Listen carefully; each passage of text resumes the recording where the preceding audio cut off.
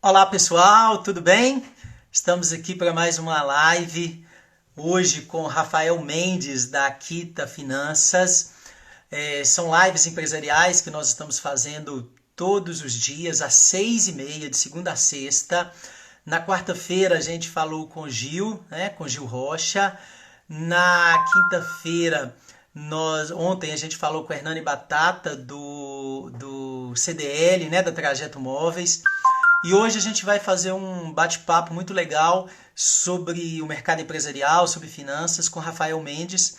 Já já ele está entrando. Lembrando que semana que vem continua de novo. Temos aí Luciano da Minas Brasil, temos Gilberto da Triama, temos o pessoal da Tecnutri, temos também na semana. Tem muita gente aí bacana para gente estar junto, né? Então essas lives empresariais estão nos ajudando muito aí a entender muita coisa. Fala, Rafael, tudo bem? Tudo bom, Gregório? Tudo bem e você, cara? Tudo ótimo. Que bom que você está aqui com a gente. Estava acabando de falar aqui para as pessoas, né, que a gente está fazendo essas lives empresariais, todo dia 6h30, e falando que todo dia é um tema interessante, uma abordagem interessante, né, trazer uma visão empresarial, uma visão do mercado, do que está acontecendo, sob o ponto de vista de vários especialistas, de vários, seja empresários, especialistas. E hoje, falando de você, né? Hoje, com o nosso foco em finanças, né? A gente vai dar um foco bem grande na sua área aí. E eu queria que você se apresentasse, o pessoal está entrando, está chegando, né? Para o pessoal ir te conhecendo. Só quero falar antes do Rafael se apresentar, gente. Muita gente perguntou sobre os vídeos, eles ficam no canal do YouTube, né? Tanto o de quarta como o de ontem está no canal do YouTube. E normalmente o IGTV ontem começou a salvar, o IGTV está salvando direto, tá? Então você, quem quiser assistir de novo, passar para alguém, normalmente o pessoal está me pedindo muito para passar para alguém, a gente está conseguindo passar. Mas seja bem-vindo, Rafael, alegria, né, falar com você. E aí se apresente um pouco aí, quem é você, sua carreira, sua empresa, para que o pessoal te conheça aí. Obrigado pelo convite, Gregório. Boa noite, pessoal. Eu sou Rafael Mendes, eu trabalho na área de finanças já há 15 anos, trabalhei 8 anos em banco, 4 anos em uma instituição financeira na área de planejamento financeiro e há 4 anos eu fundei a Aquiva. Então, na verdade, 16 anos já aí na área financeira e já trabalhei com empresários. Hoje nosso foco é mais com pessoa física, com planejamento financeiro pessoal para pessoa física. Sou planejador financeiro certificado e é muito desafiador essa área, porque apesar de ser um tema que todo mundo precisa, muita gente não sabe que precisa, uma vez que cuidar do dinheiro parece algo fácil, né? Sim. Eu sou É, formado em administração e tenho um MBA em finanças e MBA em gestão de pessoas. que bacana. Me diga uma coisa, com uma experiência bem vasta a sua, né? Eu tenho dito que a gente tem passado por um momento muito peculiar, né? Todo mundo sabe disso. E os empresários que passaram por aqui fizeram uma análise de cenário do segmento deles, do comércio, né? E certamente nesse momento a preocupação das pessoas é como é que vai ficar o dinheiro, como é que vai ficar as finanças, seja empresas, nós temos aqui empresário, temos pessoas físicas também, né? Eu queria, Rafael, eu sei que você está até participando de muitas reuniões, né? Até difícil a gente se falar, eu vi que você está com muita gente te demandando aí nesse momento. Faz uma análise para a gente do momento atual, do mercado, e como é que você está percebendo essa movimentação financeira? O que você pode falar para as pessoas? Faça um raio-x para a gente, do ponto de vista financeiro, seja para a empresa, seja para o individual, para a pessoa. Como é que você analisa esse momento agora? Eu lido muito com empresários, sabe, Gregório, no meu dia a dia, porque, igual eu te falei, a gente trabalha atendendo pessoas físicas, mas tem vários clientes, pessoas físicas que são donos de empresa. Então, tem vários clientes que são sócios de grandes empresas e eles têm enfrentado muitas dificuldades. Então, uma estatística do IBGE, 66% das pessoas no Brasil estavam endividadas antes da pandemia. 66%. Então, não Sim, saiu o dado depois. Mas imagina depois que um monte de gente perdeu o emprego, né? Um monte de gente não conseguiu pagar as dívidas porque o faturamento baixou. Um monte de gente que é autônomo, o faturamento agora é a ajuda do governo de R$ 600.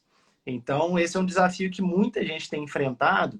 E se você pensar desses 34% que sobrou que não estavam endividados, sendo muito, muito otimista, 10% tinha reserva financeira.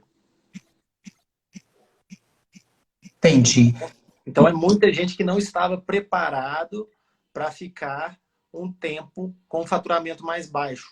Então, é comum as pessoas estarem reduzindo o padrão de vida, é comum as pessoas estarem mudando os hábitos alimentares, passeio não tem mais mesmo, então pelo menos uma economia, né? Sim.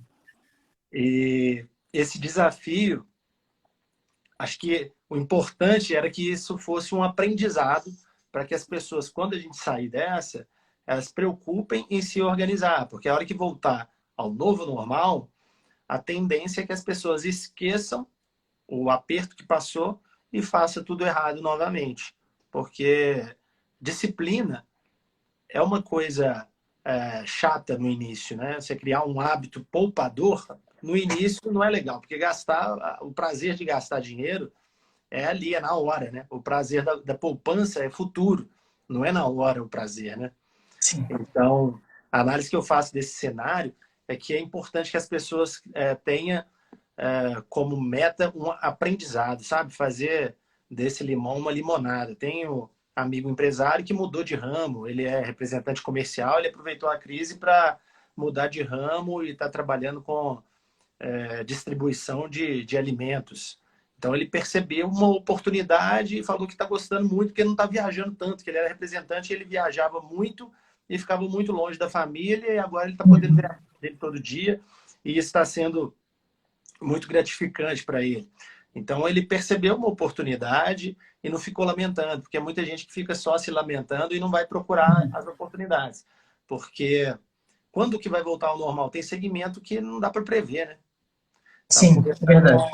com um cliente hoje da área de turismo, ele falando que o desafio, um dos desafios dele, porque é praticamente um ano perdido para ele, porque as viagens de agora foram adiadas. Sim. E a dos próximos semestres vai ser difícil de conseguir comercializar, porque as pessoas estão todas com férias antecipadas. Então, um monte de gente que tiraria férias no segundo semestre teve as férias antecipadas agora no primeiro semestre. Então, eu acho que é importante a gente se preparar para o pior e esperar o melhor. Eu acho que mesmo durante a crise agora, tem gente que logo no início fala, não, é só um mês ali trancado, daqui a pouco a gente já está na rua, já volta tudo normal e vida que segue, não pensou logo no início. E agora estão falando que é no fim de maio a gente está liberado, aí tem um monte de gente já otimista esperando início de junho voltar tudo ao normal. E quando você estaciona um transatlântico, para ele voltar a acelerar, não é da noite para o dia, né? Sim. Nesse momento, assim, o que tem acontecido, né? Nas empresas que a gente trabalha com consultoria, nos acompanhamentos de mentoria, a gente tem percebido que as empresas, de uma maneira geral, têm se preocupado muito. Uma das grandes questões é o fluxo de caixa, o seu capital de giro, né? Sim. Pequenas empresas com sérios problemas, porque às vezes ela precisava girar ali, né? O que tinha na mercadoria precisava vender rápido para girar, para comprar outra, para fazer negócio, né? E o capital de giro passa a ser um grave problema para a empresa. É o que você falou, às vezes não existe um planejamento e não tem um planejamento. O que você poderia dizer? Eu estou vendo que nós temos alguns empresários na live aqui. O que você poderia dizer? Gabriel, beleza? Kátia, tudo bem? Ah, sim, ok, são conhecidos. Um abraço aí, viu, gente? Né, para todo mundo. Então, fala um pouquinho para a gente sobre isso, né? Como é que é essa questão agora? Como é que trabalhar esse fluxo de caixa, cara? Como é que as empresas vão ter que ser artista agora? Como é que vai equilibrar isso? Qual que é o caminho para se fazer isso? Acho que o primeiro passo, Gregório, é repensar todas as despesas, renegociar todos os contratos, porque todo mundo está passando por isso. Não é uma coisa pontual com a pessoa A, B ou C. Então está acontecendo com todos. E isso é importante que a pessoa tenha em mente para não ter medo de negociar. Porque tem gente que tem medo de negociar. Ah, eu fechei o contrato, eu tenho que cumprir o contrato. O contrato foi feito para negociar, não é uma causa extrema. Então, Sim, contrato de aluguel, você vai renegociar o seu contrato de aluguel. Fornecedor, você vai renegociar os seus prazos com o fornecedor. Então, você tem que renegociar tudo para conseguir aumentar o seu fôlego financeiro. A parte de receita, aí vai depender muito de segmento, porque tem segmento que ficou com a receita zerada. Então, tem sim, segmento que dispensar funcionário foi inevitável, teve que sim. cortar até na própria carne, né? Tem cliente que cortou, diminuiu o próprio Prolabore e eles diminuíram, porque senão as contas não fecham no fim do mês, né? Então, é muito faturamento sendo perdido e é importante que as pessoas renegociem todos os contratos e não precisa de renegociar por um prazo longo, renegocia por 2 meses, aí no final dos 2 meses renegocia de novo. Porque às vezes a pessoa já, ah, não, vamos renegociar por 6 meses, 1 ano, 2 anos, porque não dá para saber quanto tempo que isso vai durar, né? Então, Sim, sim. é importante que elas renegociem os contratos para conseguir aumentar esse fôlego financeiro. E analisar as linhas de crédito disponíveis. O BNDES disponibilizou linhas de crédito interessantes, que já estão sendo bastante demandadas. As liberações do Ministério do Trabalho para a parte de férias, trabalho remoto. Então, essas várias possibilidades, todas têm que ser colocadas em pauta, todas têm que ser colocadas na mesa. E não pode deixar nada de lado para que consiga ter fôlego financeiro para passar por esse período. O desafio desse período, eu acho que para a grande maioria dos segmentos é conseguir sobreviver no negócio. Ok. É um desafio de sobrevivência. Você falou, a gente percebe que tem segmentos que foram mais afetados. Agora, há pouco mesmo, eu estava conversando com um cliente meu, e ele é do segmento de confecções, um segmento muito afetado, e que e produz uniformes e tudo. E ele disse, nossa, há segmentos que falam que caíram 10, 20, o meu praticamente foi a zero faturamento, e ele acha engraçado quando o outro fala, reclamando que o dele caiu 10, 20, né? Ele falou, o meu caiu quase que tudo, né? Então, assim, então é uma coisa complicada, porque como é que eu vou fazer? Eu vou ter que achar alternativas, pensar diferente, né? Essa vem a questão da inovação, porque eu sempre digo que a inovação empresarial ela é importante nessa hora, né? Você tem que ter o pé no chão e buscar outras alternativas, dentro da sua realidade, buscar alternativas. Mas a ideia é que esses segmentos, principalmente, que caíram muito, né? Como é que eles vão fazer? Que você falou, tem que renegociar, ele tem que negociar novas possibilidades, financiamento, linhas de crédito. E aí a gente entra na questão do planejamento financeiro. Eu vou te fazer uma pergunta mais assim, sabe? Te pressionar um pouquinho aí para você dizer o seguinte: é possível ter planejamento financeiro nessa hora? Sim, E como? não dá para ser em cima da hora, mas em cima da hora você vai fazer estancar, emergência. Mas o ideal é que a empresa tenha, igual você falou, capital de giro. Se a empresa não tem capital de giro, se ela não tem um fôlego financeiro para se bancar, com certeza ela vai passar muito mais aperto, né? Mas se ela já tivesse um capital de giro, ela ia ter prazo e caixa para conseguir renegociar todas as dívidas, renegociar todos os prazos e fornecedores. Renegociar, inclusive, com clientes, se antecipar, porque muitos clientes vão te procurar. Se você se antecipa e mostra que você está preocupado com o seu cliente também, mostrando para ele que você está ali do lado dele e que vocês vão resolver da melhor forma possível, caso ele necessite, isso é uma forma de reter o seu cliente. Então, a forma de ter um planejamento financeiro é você colocar todos os seus detalhes na pauta. Então, beleza, os seus investimentos. Então, redistribuir os seus investimentos. O cenário mudou. Então, redistribuir toda a sua carteira de investimentos. Isso dentro da parte de pessoa física, né? O seu, Sim, os seus custos pessoais, reestruturar todos os seus custos, porque você tem muitos custos, muitos contratos que são possíveis de serem renegociados e você tem que renegociar esses contratos, mesmo na pessoa física, para você conseguir fôlego financeiro. E você parar com aquelas dívidas, com aqueles custos supérfluos, para que para você fazer caixa agora, entendeu? Porque na hora que a gente estiver saindo disso, vai ter muita oportunidade na economia real. E quem vai Uhum. aproveitar essa oportunidade é quem tiver com caixa. Então, se a pessoa aproveitar o momento para não inventar, como diria no interior, né? Não sei se Aham. usa essa expressão também, não inventar moda. Aham, Então, isso. fazer o feijão com arroz. Então, se a pessoa estiver apta para fazer o feijão com arroz agora, ela vai se dar bem lá na frente. Então, é fácil isso quando a pessoa consegue se desapegar de algumas coisas que ela acha fundamental. Isso é interessante quando ela conversa com uma pessoa de fora, porque a gente, quando está envolvido, a gente não enxerga aquilo com muita razão, porque a gente está envolvido na emoção.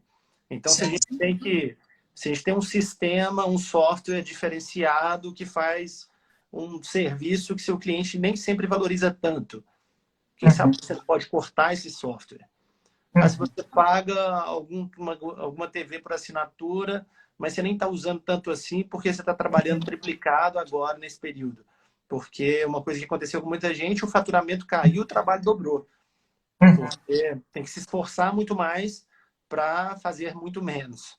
Então, muita gente não está tendo tempo. O home office proporciona com que as pessoas trabalhem muito mais do que fora de casa, porque ela não vê o tempo passar, a hora que veja 16 horas, mas ela está envolvida, ela vai até 8, 9. Isso tem acontecido comigo Uhum. direto. Tem ido até 9, 10 da noite e começa 8 da manhã. Porque a gente não Sim, vê o dia passar, né? sim, sim, passa muito rápido, sim. Voa.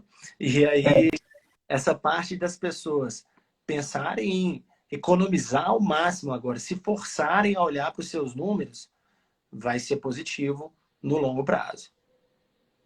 Você colocou uma coisa interessante quando você falou lá no início, né, retomando, até para as pessoas que estão chegando agora, muita gente chegando aí, você falou que 66% das pessoas já estavam com dificuldade financeira, não é isso? Isso. 66. 34% Endividado, para ser mais exato. endividados, 66, não é isso? Já Isso. estavam endividados, né? Isso. E olha para você ver, nós estamos falando aí de quase 2/3, né, da população, das pessoas.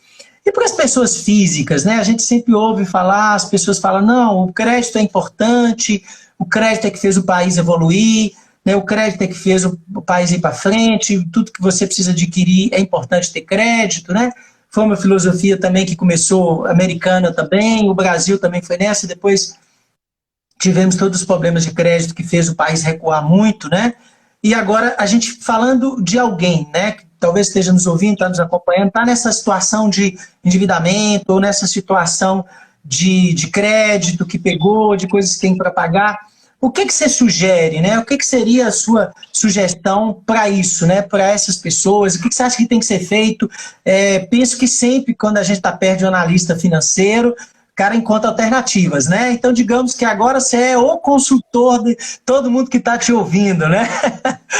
Como é que como é que se faz? A pessoa física tem um grande desafio, Gregório, porque o crédito no Brasil para a pessoa física, eu que trabalhei em banco vi isso muito de perto, ele é muito mais acessível para a pessoa que não precisa. Então, a pessoa que não precisa, ela tem um score, uma pontuação no banco elevada. E a pessoa que precisa de crédito, a pontuação dela é baixa, logo a taxa de juros dela é alta. Entendeu? Então, a taxa de juros ter caído no Brasil, a taxa Selic está em 3,25%, Que é isso não baixa, uma das mais baixas da história, né? é a mais baixa da história. Da história. Então, isso não fez com que o crédito baixasse na mesma proporção, entendeu? E isso por quê? Porque o risco do banqueiro emprestar aumentou. A inadimplência já aumentou e vai aumentar mais. Então, eles já estão aditando vários contratos e estão mais diligentes na concessão do crédito. Mas ainda assim, o Banco Central baixa a taxa de juros para quê? Para incentivar que o dinheiro das pessoas seja injetado na economia e não fique aplicado, parado, sem gerar riqueza para o país, entendeu? Uhum. E também barateia o custo do dinheiro para o Banco Central. Né? Ele está pegando dinheiro emprestado agora a 3,25. Isso é melhor do que quando ele pegava 14,25, né? Que foi Sim, a taxa Selic mais alta recente.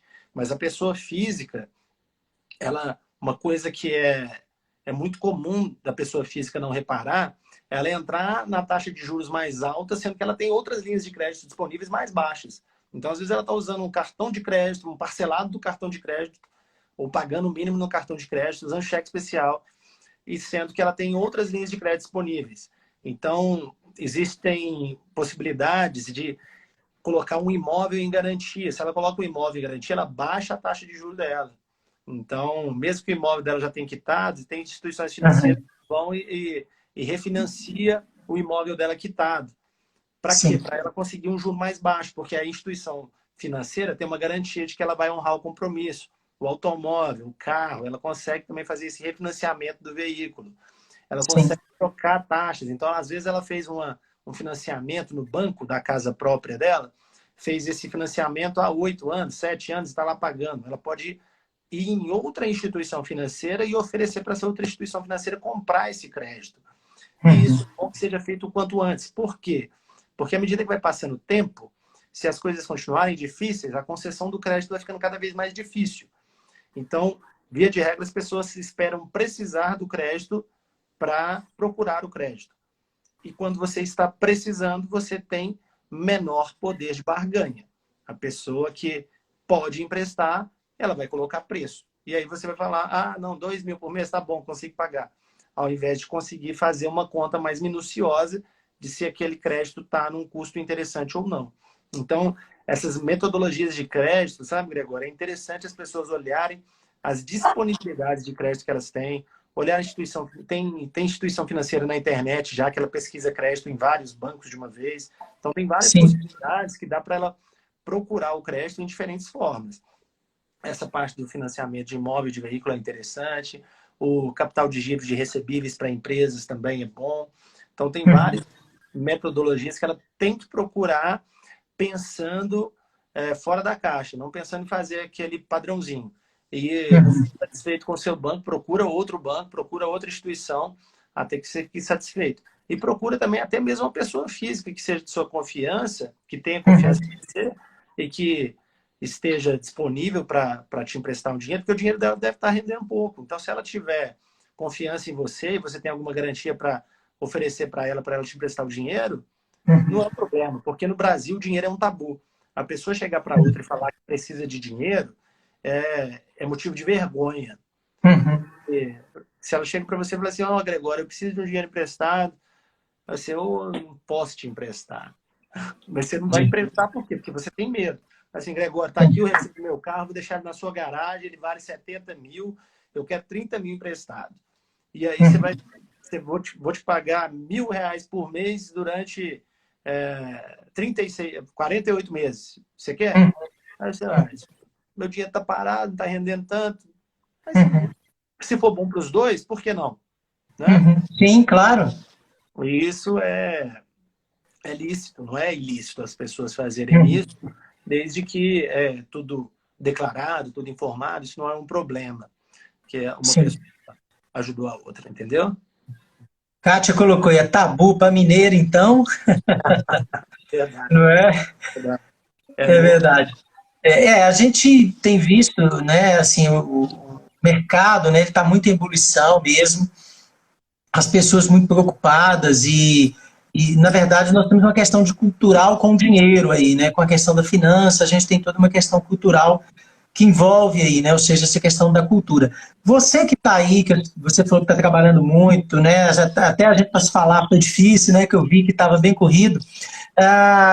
Me diga uma coisa, o que seus clientes estão mais demandando? O que você está sentindo dos seus clientes? O que está mais em volta nesse momento aí nas negociações? O que você está sentindo aí? É muita incerteza, né? Então, as pessoas têm me procurado querendo saber quando vai ser o fim disso, quando vai passar. Então, tem muito cliente investidor que ele quer saber em que ele vai investir agora, ele quer saber o que é melhor para investir agora, e a resposta acho que você já sabe, né? Não tem resposta certa. Não tem resposta, né? Muito incerto, né? O seu dinheiro vai para onde? Pode ser que tenha gente que vai levantar a mão aí e vai falar, opa, eu tô precisando aí, né? Na live aí alguém falou, opa, tem gente querendo emprestar? é muita incerteza ainda, né? Então, por Sim, exemplo, o sim. mercado de ações, né? A gente trabalha muito com ações aqui. O mercado de ações, ele chegou aí a 84, depois desse, dessa crise, né? Ele foi lá no fundo do poço, foi a 62 mil pontos, depois no topo foi 84 mil pontos, aí hoje já voltou para 77. Então, isso aí é o que eu já tenho falado há algum tempo, né? Que ia ser difícil mesmo e não dá para prever o fundo do poço, porque ainda não tem nenhum país que saiu dessa situação, que voltou à normalidade, né? Então, exceto a China, né, que diz que voltou à normalidade, mas não tem Sim, nenhum, sim. não tem nenhum outro país que voltou à normalidade, que as pessoas já estão trabalhando com as atividades, com a rotina plenamente normal, não tem ninguém que voltou à normalidade. Sim, sim. Então, isso gera muita incerteza. Então, as próprias empresas que são grandes, gigantes, o faturamento delas é impactado, porque os Uhum. clientes foram impactados. Então, o Verdade. faturamento dela é impactado. E quanto vale uma empresa? Como que a gente avalia uma empresa? O principal modelo de avaliar uma empresa é o fluxo de caixa descontado. A gente projeta o fluxo no longo do prazo, né? No longo do tempo. Quanto que essa empresa vai faturar ao longo do tempo, nos próximos 10, 20, 30 anos, quanto que essa empresa vai faturar? Aham. Como que a gente vai fazer uma previsibilidade de quanto a empresa vai faturar nos próximos 10, 20, 30 anos em meio a Sim. tanta incerteza, né? Então, isso que tem sido motivo de insegurança para muita gente, né? Então, acho que é importante as pessoas pensarem neste momento em preservação de patrimônio e não em especulação. O momento não é favorável para a especulação porque é um momento de incerteza. Então, é um momento de cautela. Então, se for especular, especula com o mínimo possível. Não especula com o seu máximo potencial de especulação, porque a surpresa pode ser grande. Então, tem gente que a bolsa começou a cair, estava 120 mil pontos lá no topo, aí caiu para 100 mil, muita gente animada entrando, achando que era oportunidade, aí caiu para 90 mil, a pessoa achando que era oportunidade, e aí caiu mais, entendeu? Então, é preciso cautela, porque é uma queda de faturamento que vai impactar por um tempo razoável a todos, né? Então, Eu tive um cliente meu que ele percebeu quando a coisa estava caindo, quando ele chegou no patamar, ele tirou tudo que tinha e ele falou: Nossa, essa foi minha sorte, porque no dia seguinte, cara, foi o dia que deu uma pancada violenta, uma queda violenta, e ele tinha conseguido captar e sentir, houve uma perda. Pera ainda, ele falou: Vou tirar, e realmente fez a coisa certa, porque senão ele tinha perdido já, mas tinha perdido muito, muito mais se ele demorasse um pouco mais, né, nessa questão do investimento.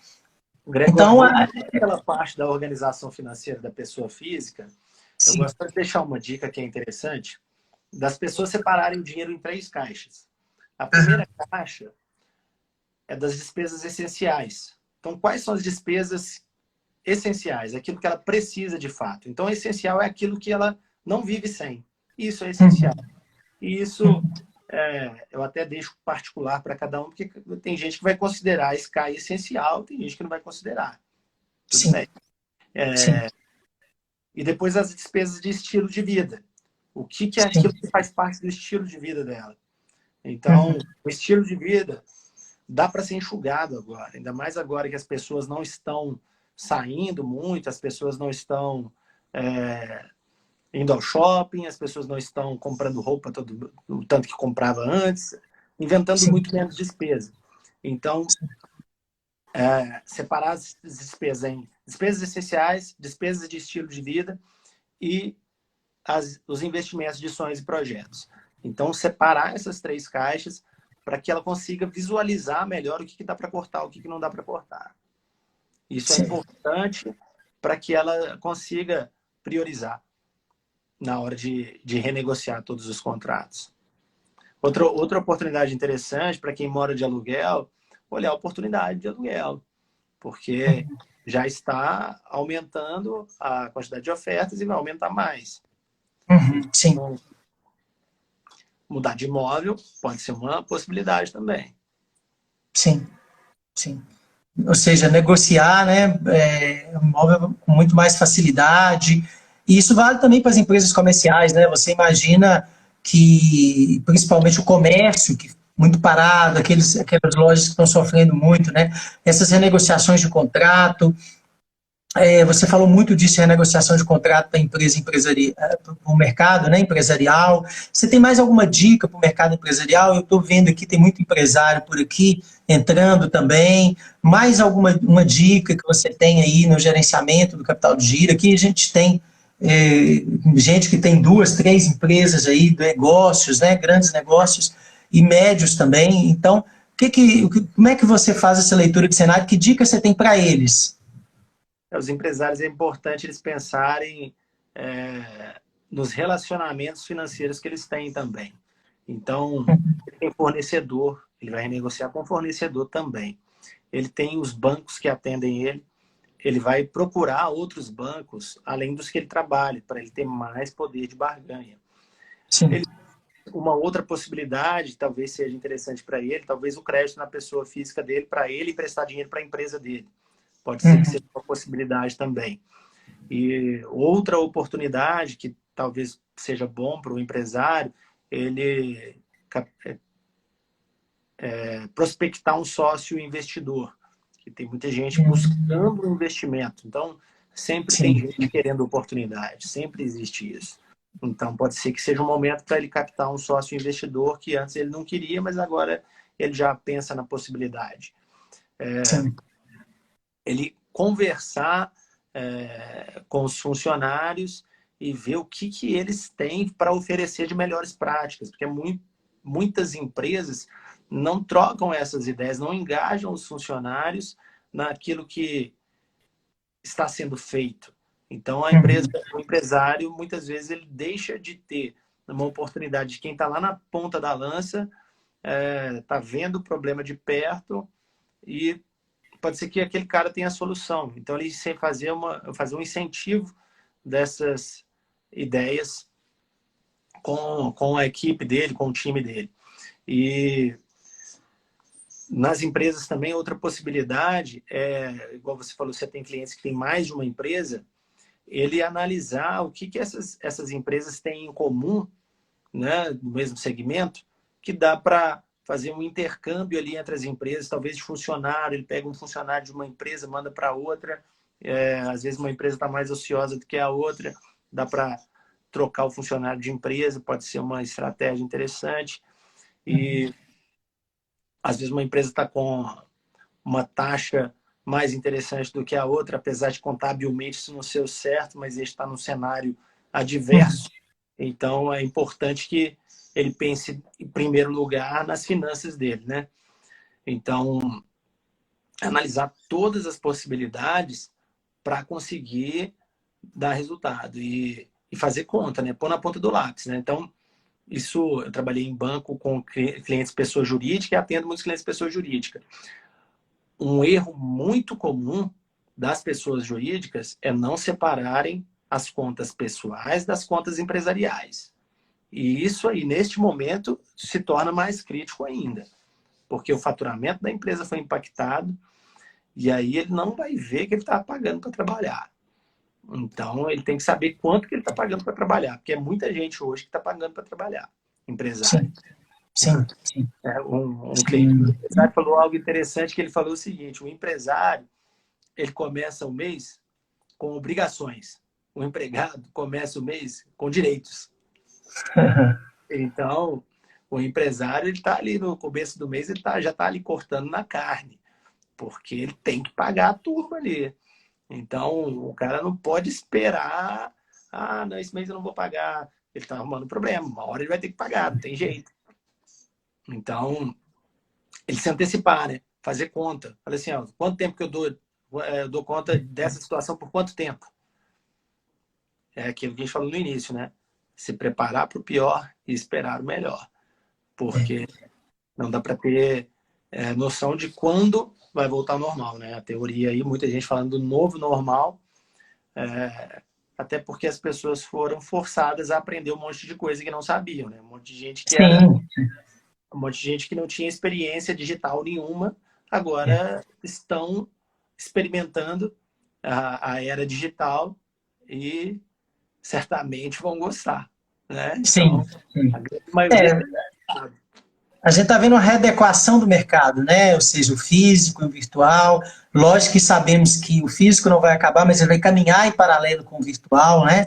Mas você não pode ficar só no físico, porque o virtual também é importante, eles vão se completar. Já era um estudo que tinha desde 2016, 2017, que o virtual. O Google tinha previsão que em 2021 o virtual ia passar o físico, né? Certamente isso já aconteceu com a pandemia, já antecipou um ano aí, né? Já estava muito próximo, né? Em muitos segmentos, isso daí teve um crescimento muito grande. Agora, a gente vê que é preciso... Tem muitas empresas, né? Na nossa empresa mesmo, a gente nunca tinha experimentado o home office. E a gente está mais produtivo no home office do que no escritório. Então, a gente tem produzido mais e melhor no home office. Então, olha que interessante. Já tem empresas lá de São Paulo que anunciaram que vão continuar em home office até 31 de dezembro.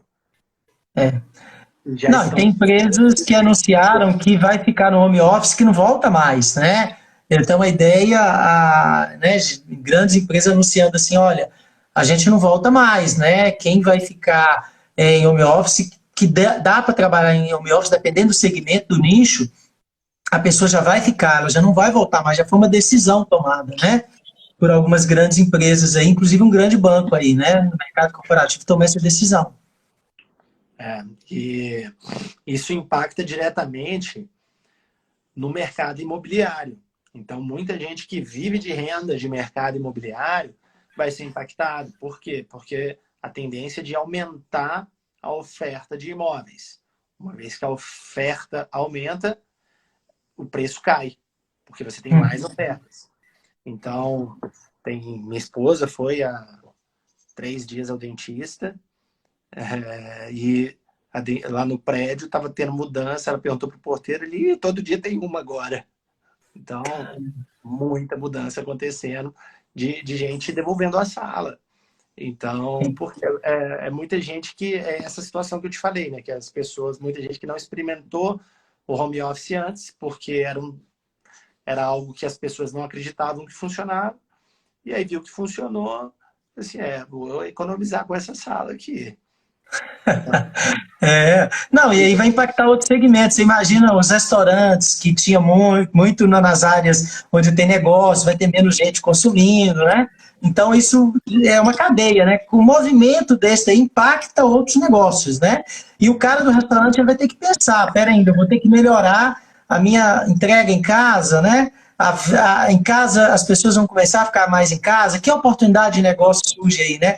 Só dar um abraço aqui, o Luciano Guedes, lá da Drogaria Minas Brasil. Parabéns, Gregório, pela bela entrevista. Luciano vai ser o nosso entrevistado segunda-feira, né, Luciano?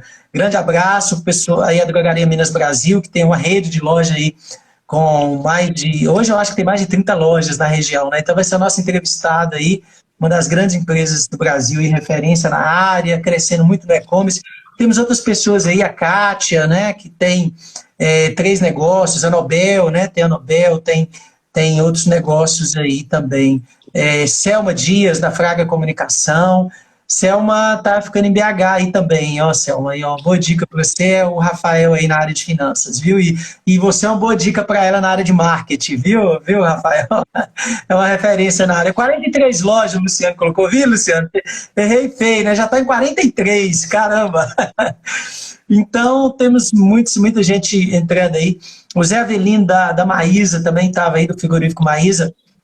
Então, gente, a nossa discussão aqui, a ideia é, né, que a gente possa discutir sobre finanças, tanto pessoal como empresarial, que o Rafael possa trazer uma visão para a gente, ele tem falado disso. Para quem chegou agora, um número que me assustou no início foi que ele falou que 66%, antes da pandemia, 66% das pessoas já estavam endividadas, ou seja, 2/3, né, da população já estava endividada. Sobravam 34%. E dos 34%, você falou ainda, será que 10% ainda tinham um nível de investimento? Ou seja, aqueles que estavam de fato investindo, tinham dinheiro para investir, né? Então é uma coisa que nos assusta. Isso é só no Brasil ou esse é um cenário também em outros lugares? Assim, vamos comparar nos países que estão crescendo em relação aos países que já estão lá, como o mercado americano, ou é algo próprio do brasileiro? o Brasil se destaca aí na desorganização financeira, porque não é cultura do brasileiro se organizar, né? Igual eu disse, não é cultura do brasileiro conversar sobre dinheiro. Nos Estados Unidos, por exemplo, é normal as pessoas perguntarem uma para a outra quanto que a outra ganha. E não é quanto que ela ganha, né? É quanto que você faz, porque lá você não ganha, você faz, né? How much you make. Sim, sim, Então, sim. e é por ano, né? Elas já pensam em total cash, não pensam na renda mensal. Não tem essa cultura de assalariado. Isso é legal que a gente está falando para empresários aqui, né? E o empresário sabe do desafio que é ser empresário, né?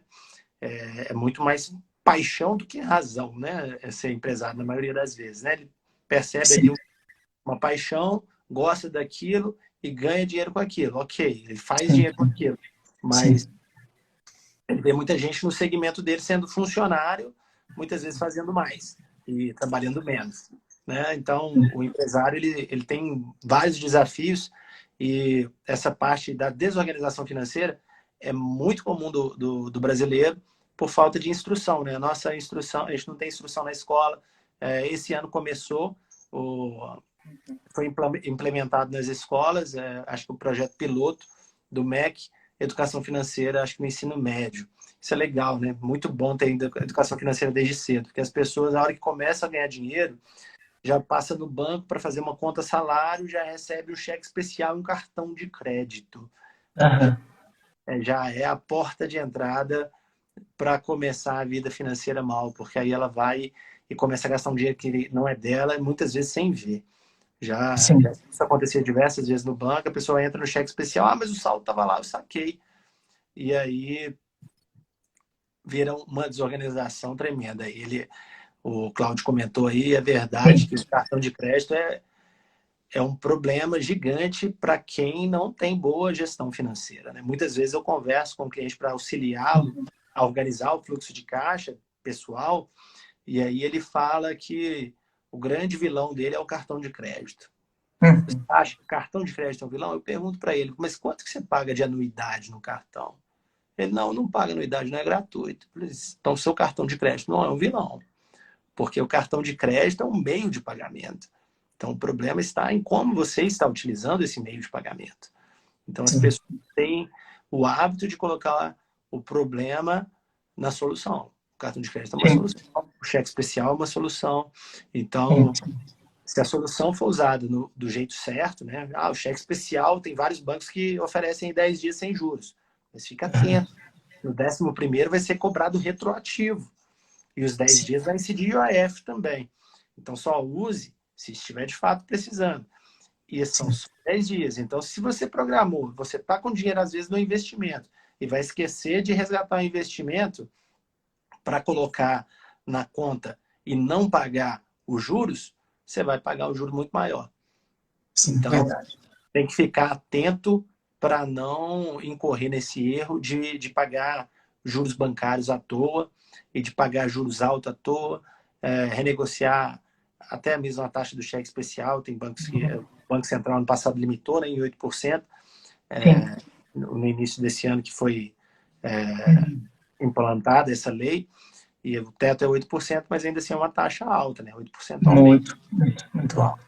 Mas Com o crédito relação a... imobiliário é a grande dica. O crédito imobiliário, a renegociação dele vai ter muita oportunidade para renegociar crédito imobiliário. E tem que ser o quanto antes, e outra pessoa consegue comprovar a renda ainda.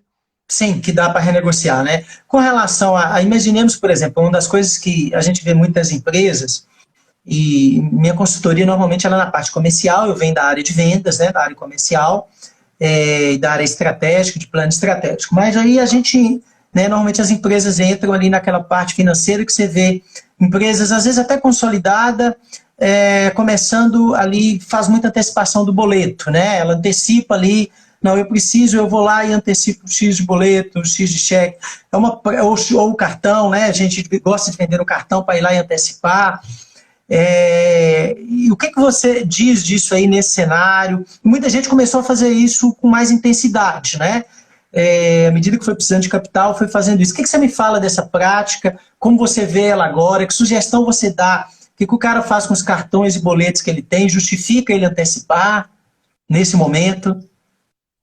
Vai depender das contas que ele precisa de pagar, né? Muitas vezes, se ele não antecipar, vai ser melhor. E ele olhar com com outras instituições financeiras esse desconto, né? Esse é um desconto de cheque, ou desconto de boleto, ou desconto de cartão de crédito, antecipação de cartão, porque ele está sempre fazendo com a mesma instituição. Com o tempo, a instituição vai aumentando a taxa dele e ele nem vê. Um erro que eu já vi que acontecia muito em banco, a pessoa só... tem 10 mil de cartão para antecipar. Quanto que vai acreditar? 9.500. Ok, beleza, 500, tá bom. Ela não olha a taxa de juros e não compara com o mercado. E muitas vezes ela não confere o contrato, porque aí o gerente fala, é 2%. E aí está lá no contrato 5% de todo tamanho e a pessoa não vê isso. Eu já vi isso acontecer do meu lado dentro do banco. Então, Aham, acontece. O cara fala que é uma coisa, a taxa, e aí você vai ver a taxa não é essa. Então, olhar, totalmente. olhar o custo efetivo total, porque a taxa é mensal. Então, você fez uma venda parcelada no cartão de crédito, seu cliente está pagando em 10 vezes, a hora que você vai antecipar, se a taxa for 3%, não é 3% que você vai pagar, é 3% ao mês. Então não é 3% do valor da venda, é 3% ao mês. Então vai dar muito mais, entendeu? E isso aí é outra conta que eu já vi cliente pagando para trabalhar porque não fazia conta disso, não calculava o custo do parcelamento, fazia antecipação e aí perdia dinheiro na hora de fazer o desconto, entendeu? Porque aí ele coloca a margem de lucro de 20, mas está antecipando lá, pagando 25 para antecipar. Ou Então, seja, está perdendo dinheiro, rasgando dinheiro, jogando dinheiro tá fora aí. perdendo dinheiro. Então ele tem que olhar esse custo do financiamento. Uma coisa que ele pode fazer, talvez com clientes que têm essas duplicatas, ele pode tentar descontar essas duplicatas com o próprio cliente. Se ele sabe que o Uhum, cliente que tem caixa, que tem tranquilidade financeira, ele pode propor a esses clientes um desconto para antecipar mais barato do que cobram para ele, entendeu?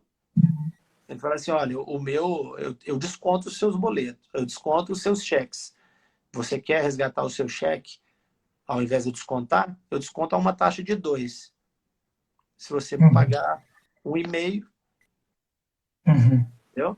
Aí ele consegue um desconto mais barato com o próprio cliente dele. Porque talvez o cliente dele parcelou porque é hábito. E Uhum. o inverso também é a mesma coisa, né? Na parte de renegociação de contratos, o empresário que tem caixa, ele pode ligar para o fornecedor dele e falar assim, olha, eu quero quitar aquele contrato aí que eu tenho com você, aquelas faturas aí, 30, 60, 90, quero quitar hoje. Por quanto que você faz para eu quitar hoje? Oh, Oportunidade. Porque muitas é, vezes a gente só pensa no deficitário, tem que pensar no superavitário também, né? sim, sim. E, Apesar dele ser menos comum, né? e às vezes o cara precisa de dinheiro. Deixa eu te falar uma coisa. Eu tenho um cliente meu que nós estamos num roteiro de planejamento estratégico. Ele está fazendo plano estratégico do negócio e está acreditando no negócio e tem feito o plano estratégico do negócio. É, e assim, enquanto uns estão muito prudentes, foram muito afetados, outros estão olhando o mercado de uma maneira mais positiva, né? Dependendo do segmento dele. O que você pensa nisso? O plano estratégico, ele é viável para este momento, do ponto de vista da sua análise financeira e tudo, ou se o que pode incluir nesse plano estratégico do ponto de vista financeiro, o que ele tem que pensar em estratégia financeira agora, nesse momento, para conciliar com o planejamento dele, mesmo que seja de crescimento, de oportunidades que ele quer aproveitar. Eu acho que é aquilo que a gente conversou há um pouquinho de tempo atrás aqui agora na live, que é feijão com arroz, não inventar moda, porque ele não sabe quando vai ser o fim do túnel, né? A luz do fim do túnel ainda não está visível. Então, uma vez que o cenário está nebuloso, se você faz um plano muito agressivo no meio dessa névoa toda, se você pode ser surpreendido. Então, Uhum. eu parto do princípio que a cautela vai ser melhor, porque você vai ter maior previsibilidade na hora que começar a desenrolar as coisas, você vai ter uma previsibilidade maior, então você, ainda que você perca uma oportunidade agora, mas pelo menos você vai estar dando um passo que você sabe esse passo que você está dando. Então, acho que nesse plano estratégico tem que ser enxuto, enxugar, fazer o necessário e com foco nas resoluções imediatas para otimizar despesas, maximizar as receitas, e você que é da área comercial, é pensar nessas diferentes formas de manter a receita, de aumentar a receita, para não ficar só na mesma receita, porque ela pode ser impactada ou talvez já até esteja sendo impactada. O que a gente tem feito é buscar canais de venda, né? Às vezes o empresário ele tinha um modelo de canal de venda, um negócio estava ali, e a gente tem que buscar quais são os modelos, quais são os canais de venda que a gente tem. Hoje a gente tem internet e tem várias maneiras de vender. Até pelo WhatsApp, muitas empresas têm vendido muito pelo WhatsApp, tem crescido muito venda pelo WhatsApp. Mas você tem outros modelos, um investimento forte ali, as pessoas estão muito dentro de casa, você tem um call center bacana. Então, assim, trabalhar muito na linha porque o que acontece com a receita? Ela também, o que você falou, ela precisa se manter, ou ela precisa cair o mínimo possível, né? Então, eu digo para as empresas que eu tenho visto, assim, metas. Nós temos que procurar readequar as metas, mas nós temos que ter uma meta, né? Nós temos que ter um foco. O que nós vamos buscar e como nós vamos buscar nesse momento? Uma coisa, nós não podemos estar longe do cliente nesse momento. Nós não podemos estar distante. Nós temos que interagir com o nosso cliente. Então, um dos focos é não ficar longe do nosso cliente, do ponto de vista comercial. Eu tenho que estar, de alguma forma, perto dele. Tem que estar próximo a ele. O segundo ponto, o que de estratégia, dentro da carteira de cliente que a gente tem, o que nós podemos fazer? Que tipo de ação, que tipo de estratégia, o que a gente pode fazer para que esse cliente consiga continuar comprando na nossa mão, ou alguns desses clientes consigam ainda a gente conseguir retê-los, né? É possível facilitar para ele a chegada até o nosso produto, até o nosso serviço. Então, esse é um ponto interessante, né? Então, você começa a criar alternativas. Vamos lá, eu, por exemplo, muitos eventos meus, também sou da linha que eram eventos presenciais, muita gente tem coisas online, mas acabei investindo nos treinamentos online, né? O treinamento meu de liderança está lá online, liderança 4.0, né? Eu já estou fazendo mentoria online, já estou fazendo consultoria online, já estou com equipes de fazer reuniões online pelo Zoom, cara. Então, né, com contrato fechado. Então, você começa a encontrar alternativas, né? Então, do ponto de vista comercial, isso está muito claro. A receita, porque o cara precisa enxugar, precisa ter a saúde financeira, precisa rever, precisa ser pé no chão nessa hora. Mas também a receita, ele não pode esquecer que ele tem que continuar a buscar gerar caixa para ele, gerar receita, né? Então é um pouco por aí, não é isso? E isso que você está falando, Gregório, é fundamental, porque muitas vezes as pessoas gostam de fazer tudo como sempre foi, né? O tal do sempre foi assim. E a hora que começa a inovação, elas começam a gostar da inovação e começam a olhar mais as possibilidades de inovar. Igual você falou na parte de receita, e inovar também na parte das despesas. Então, o que a gente estava falando das despesas, a gente fica pensando só em enxugar, muitas vezes está na inovação a solução da economia. Então, você inova a forma de gerenciar uma equipe, você inova o jeito de relacionar com o seu cliente. Então, você vai enxugando várias coisas que são possíveis de enxugar. Então, talvez uma determinada atividade que você gastava 2 funcionários, agora dá para você fazer com 1 funcionário.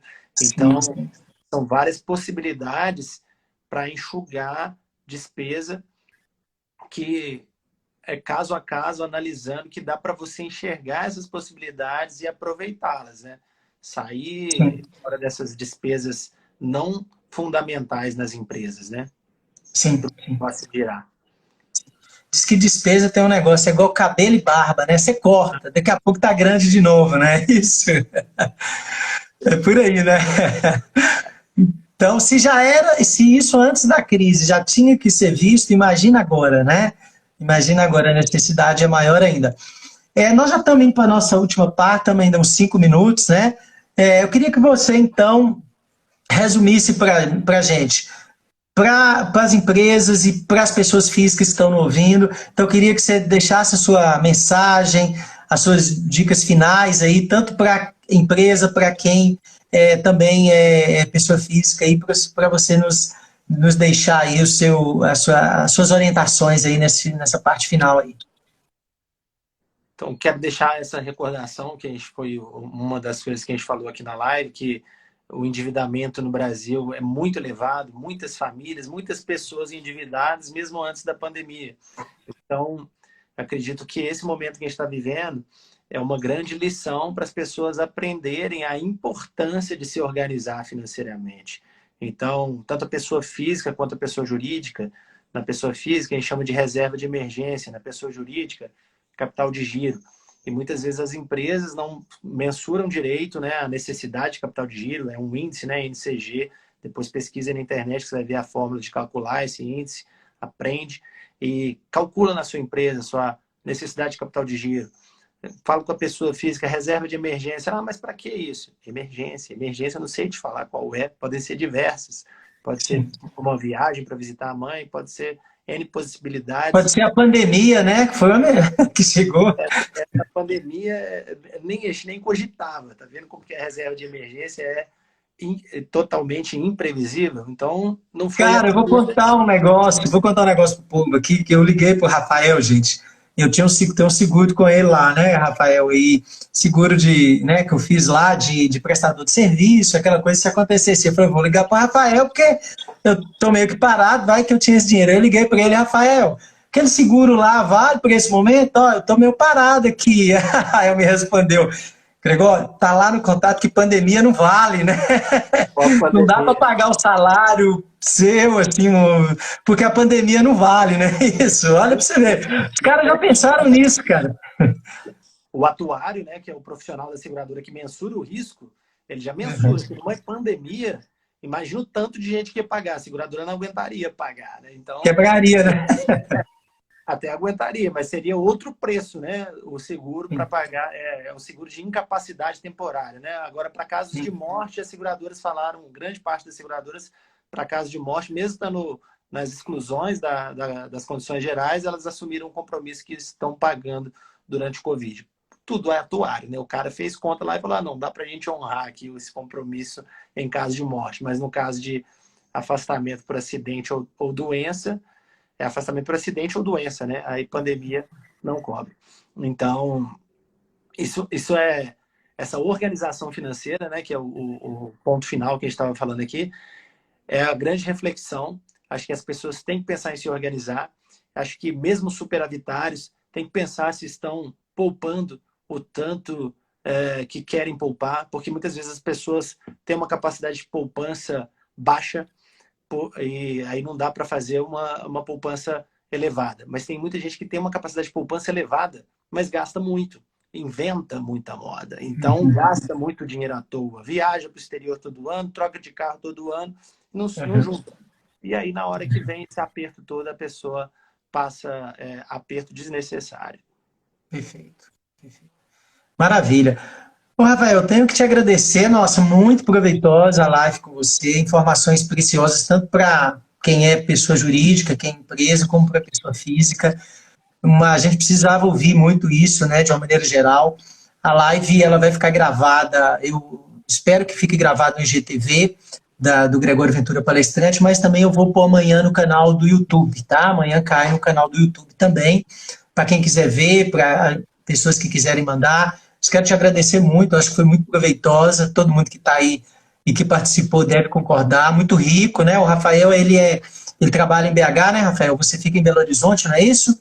Isso. E trabalha tanto, né, ajudando pessoas, tanto física como jurídica, né? Então, se alguém também quiser, né, pode entrar em contato aí, pode me procurar, eu tenho contato do Rafael.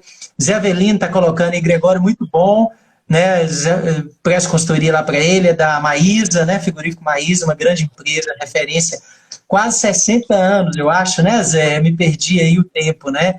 Selma é da Fraga Comunicação, minha agência aí, que faz os meus trabalhos, e ela fica em BH também, viu, Rafael? Precisar aí dos serviços dela, depois você se conhece aí para um ajudar o outro aí, né? Aí, Luciano, parabéns, Gregório, legal. Luciano, segunda-feira, hein, Luciano? Somos nós. Gente, segunda-feira com a Minas Brasil, E aí, tamo junto semana que vem, cada dia uma live. Grande abraço para vocês, estamos a 10 segundos. Rafael, um abração e até segunda-feira aí com o Luciano Guedes aí, tá bom? Grande abraço, gente. Fiquem com Deus.